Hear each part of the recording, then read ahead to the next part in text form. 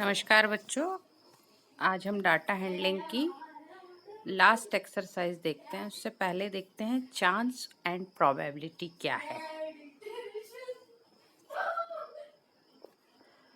Chance और probability में एक सिंपल सा डिफरेंस है कि जिस तरह से हम कोई सिक्का उछालते हैं, वी टॉस अ कॉइन, तो उसमें दो चांसेस होते हैं, या तो हेड आएगा या टेल आएगा।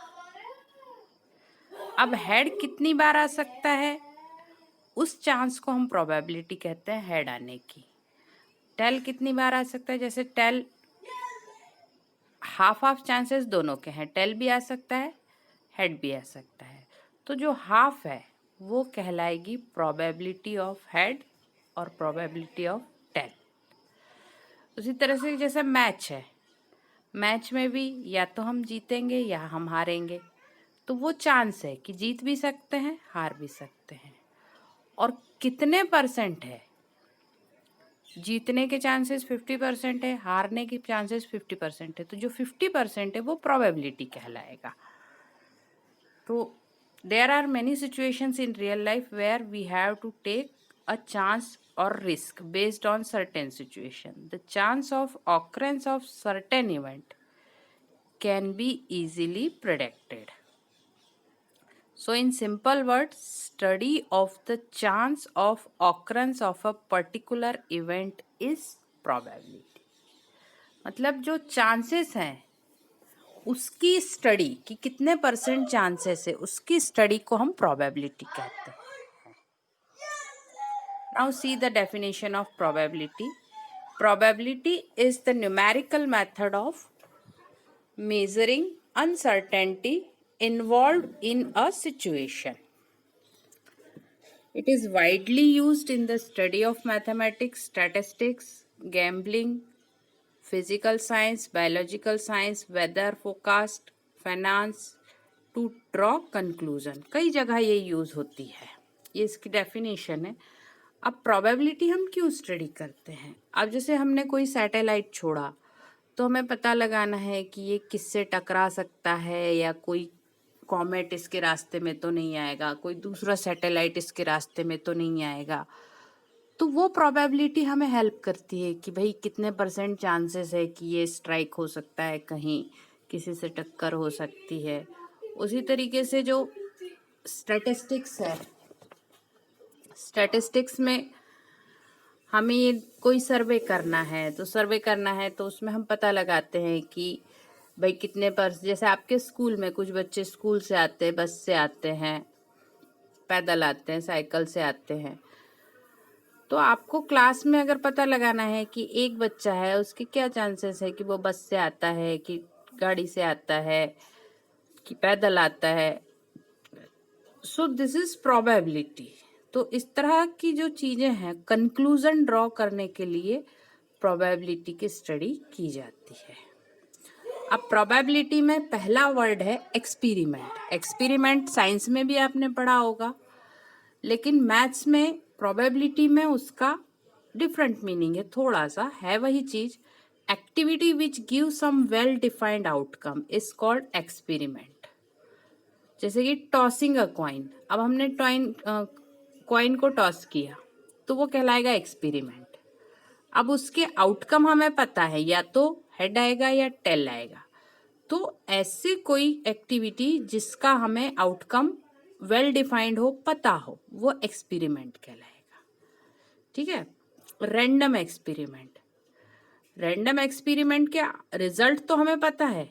अब जैसे टॉसिंग अ कॉइन को ही हम रैंडम एक्सपेरिमेंट भी बोल सकते हैं कि हमें रिजल्ट तो पता है कि हेड आएगा या टेल आएगा, लेकिन दोनों में से क्या आएगा ये नहीं पता है। तो ये रैंडम एक्सपेरिमेंट जिसका रिजल्ट हमें पता नहीं हो। नेक्स्ट थिंग है आउटकम। आउटकम का सिंपल मतलब है result. Possible result of experiment is called outcome. और event combination of outcome is called event. अब नेक्स्ट डेफिनेशन। अब जैसे प्रोबेबिलिटी का एक सिंपल सा एग्जांपल यहाँ बताया गया है कि what is the probability of spinner landing on a 3। अब देखो 3 यहाँ एक ही जगह पर है, जबकि पूरा जो व्हील है, जो स्पिन है पूरा, उसके 6 पार्ट है, तो यानी 6 रिजल्ट पॉसिबल है क्योंकि उसके 6 पार्ट है, लेकिन उसके एक ही पार्ट पे 3 लिखा है, तो इसकी प्रोबेबिलिटी 1/6 होगी। क्यों होगी? क्योंकि 3 एक पार्ट पे लिखा है और उसके टोटल 6 पार्ट है। तो प्रोबेबिलिटी हम निकालते हैं कि हमारे को एक्सपेक्टेड रिजल्ट क्या है, 3 है, और वो कितनी बार आ सकता है? एक ही बार आ सकता है। कितने टोटल रिजल्ट्स में से? 6 रिजल्ट में से। तो हम इसकी प्रोबेबिलिटी निकालेंगे 1/6। उसी तरीके से प्रोबेबिलिटी ऑफ 1 लैंडिंग ऑन 1। अब 1 दो जगह लिखा है, तो 1 दो जगह लिखा है, जबकि इसके टोटल पार्ट 6 है। 6 पार्ट्स में से 2 पार्ट पे 1 लिखा है, तो इसकी प्रोबेबिलिटी हम निकालेंगे 2/6। 2 हमने क्यों लिखा है? क्योंकि 2 टाइम्स 1 लिखा हुआ है, तो एरो 2 टाइम्स 1 पे जा सकता है। So probability will be 2/6। Then what is the probability of spinner landing on 2? 2 यहाँ पर एक ही बार लिखा है, 6 रिजल्ट में से एक ही बार 2 लिखा है, तो ये हो जाएगा 1/6। ठीक। Now example of unbiased dice. Unbiased मतलब आप जो खेलते हैं ना लूडो और सांप सीढ़ी में, वह unbiased dice. Rolled getting an event number is an event. अब जब हम उसको खेल रहे हैं तो वो एक एक्सपेरिमेंट है, वो इवेंट है।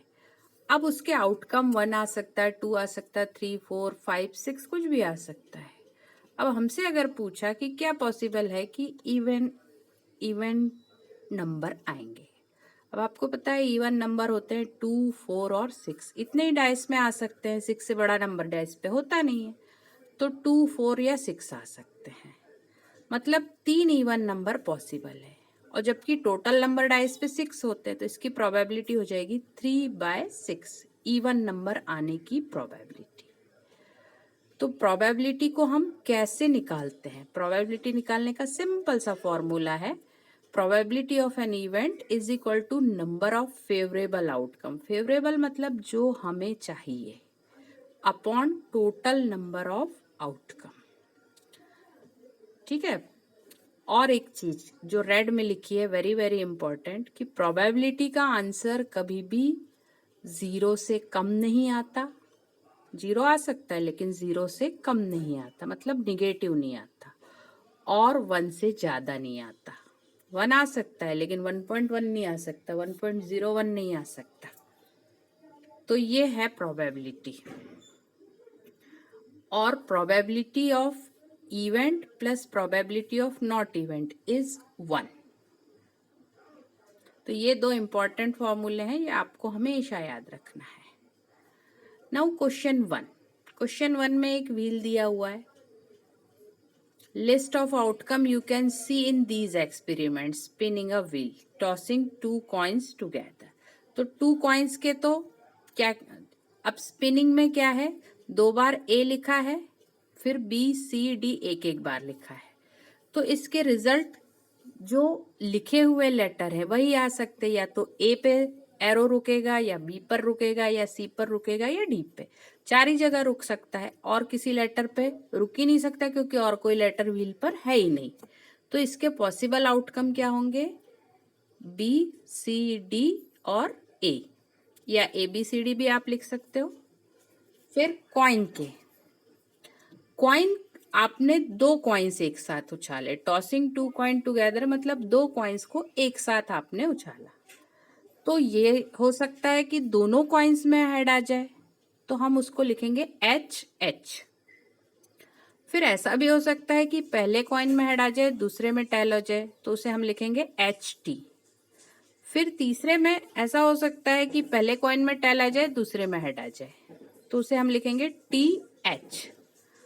और लास्ट सॉल्यूशन ऐसा हो सकता है कि दोनों कॉइन में टेल आ जाए, मतलब टी टी। तो इसके 4 पॉसिबल आउटकम है, H H, H T, T H और टी टी। ठीक। Now question 2। क्वेश्चन 2 में आपके पास एक डाइस है जो आप खेलते हैं, ऐसी इस तरह की डाइस, लूडो में और स्नैक्स एंड लैडर में, इसमें। तो ये डाइस है आपके पास। अब इसके आउटकम हमें बताना है।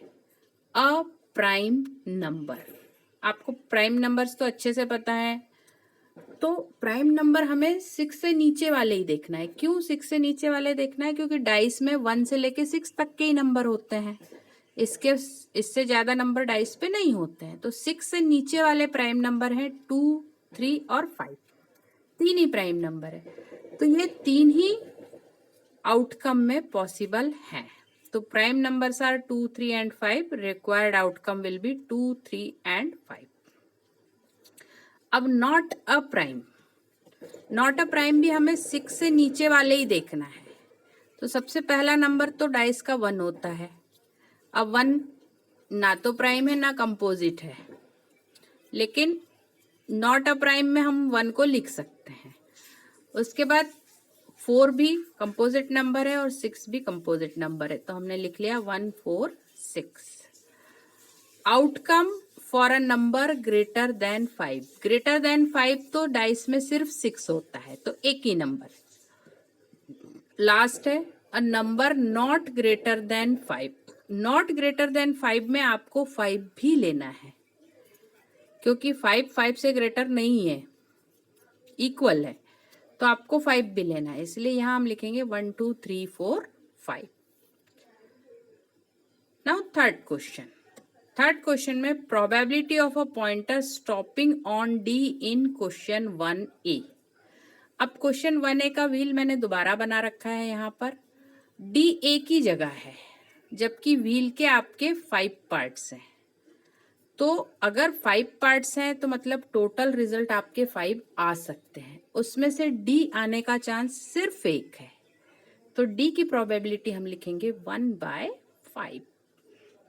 ठीक है, तो probability of pointer stopping eight D will be 1/5।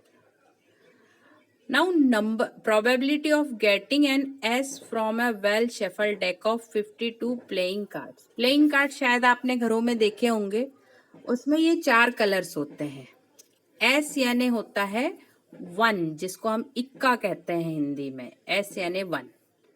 तो ये चारों कलर्स में एक एक S होता है, इक्का एक एक होता है। तो इस तरह से 52 कार्ड्स में से आपके 4 S होते हैं, 4 इक्के होते हैं, 4 किंग होते हैं, 4 क्वीन होती हैं, 4 है ना, सब 4 होते हैं, तो 4 S होते हैं और टोटल कार्ड्स 52 होते हैं। तो इसकी प्रोबेबिलिटी आप लिखेंगे 4/52। हमें S चाहिए, मतलब हमारा फेवरेबल आउटकम 4 है और टोटल हमारे आउटकम कितने हैं 52, तो इसकी प्रोबेबिलिटी हो जाएगी 4/52। इसको आप सिंप्लीफाई भी कर सकते हैं, 4 1 जा 4 और 4 13 जा 52, तो 1/13 आ जाएगा। Then last, probability of getting a red apple, see figure. अब यहाँ पर फिगर बनी हुई है, जी लिखा है उसका मतलब है ग्रीन एप्पल, आर लिखा है उसका मतलब है रेड एप्पल। नीचे सबसे छोटा सा ये जो सर्कल बना हुआ है, तो यहाँ ग्रीन वाले 3 लिखे हैं, जी जी जी 3 पर लिखा है और आर आर आर 4 पर लिखा है, मतलब टोटल आपके पास 7 एप्पल है। तो 7 में से रेड 4 है, तो रेड एप्पल की प्रोबेबिलिटी हो जाएगी 4/7 और ग्रीन एप्पल की प्रोबेबिलिटी हो जाएगी 3/7। दोनों की प्रोबेबिलिटी आप साथ निकाल सकते हैं। नाउ फोर्थ क्वेश्चन में 1 to 10 numbers are written on 10 separate slip. इस तरह की स्लिप बनाई है और उस पे 1 2 3 4 5 6 7 8 9 10 ऐसे नंबर लिखे हैं। आप लोग जैसे चोर पुलिस खेलने के लिए स्लिप बनाते हैं ना, वैसी स्लिप। अब इन स्लिप्स को कट कर दिया, फोल्ड कर दिया और एक बॉक्स में उसको डाल दिया। ठीक है, उसके बाद मिक्स किया, जैसे हम लॉटरी निकालते हैं ना, तो मिक्स किया और एक स्लिप को हमने रैंडमली निकाला। अब उस स्लिप पे कोई भी नंबर हो सकता है, तो हमें प्रोबेबिलिटी बताना है कि what is the probability of getting a number 6। अब आपको पता है कि 6 जो नंबर है वो सिर्फ एक स्लिप पर लिखा है, और जबकि हमारे यानी फेवरेबल हमारा 6 जो नंबर है वो सिर्फ एक स्लिप पर है, और जबकि हमारे पास टोटल 10 स्लिप्स हैं। तो हमारा प्रोबेबिलिटी का जो फॉर्मूला है favourable outcome upon total outcome, तो फेवरेबल सिर्फ एक है, टोटल हमारे 10 है, तो मतलब इसकी प्रोबेबिलिटी हो जाएगी 1/10। Getting a number less than 6, less than 6 वाले 5 नंबर्स हैं लेकिन टोटल 10 है, तो फेवरेबल 5 अपॉन टोटल 10 यानी कि 5/10। इसको सिंप्लीफाई कर लो तो 1/2 भी हो जाएगा। Getting a number greater than 6, greater than 6 वाले हैं 7, 8, 9, 10 यानी ऐसे 4 नंबर है, 4 नंबर्स आर देयर, तो फेवरेबल 4 टोटल 10, तो इसकी प्रोबेबिलिटी हो जाएगी 4/10 यानी कि 2/5। Then getting a 1 digit number, total 1 digit number 9 तक के हैं, 10 सिर्फ 2 डिजिट है, बाकी सब 1 डिजिट है, तो इसकी प्रोबेबिलिटी हो जाएगी 9/10। Now last question, you are having a spin wheel, इस तरह का एक स्पिन व्हील है।